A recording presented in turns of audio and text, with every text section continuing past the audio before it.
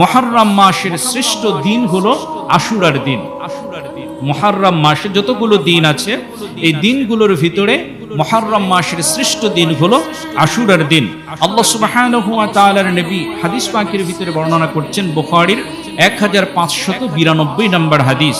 এই হাদিসের ভিতরে এসেছে আল্লাহ রাসূলের স্ত্রী আম্মা জান আয়েশা সিদ্দিকা রাদিয়াল্লাহু তাআলা আনহা তিনি বলছেন যে কানু ইয়াসুমুনা আশুরা ক্বাবলা আন ইউফরাদা রমাদান, যে আমরা সকলেই বা লোকেরা রমাদানের রোজা ফরজ হওয়ার আগে আশুরার দিনে সকলের উপরে রোজা ফরজ ছিল।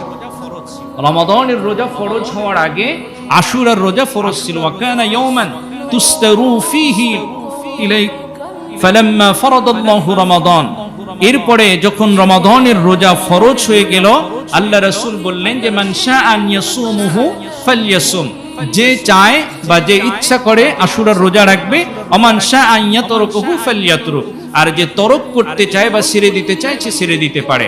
তাহলে রমাদানের রোজা ফরজ হওয়ার পূর্বে এই আশুরার রোজা উম্মতের উপরে আবশ্যক ছিল।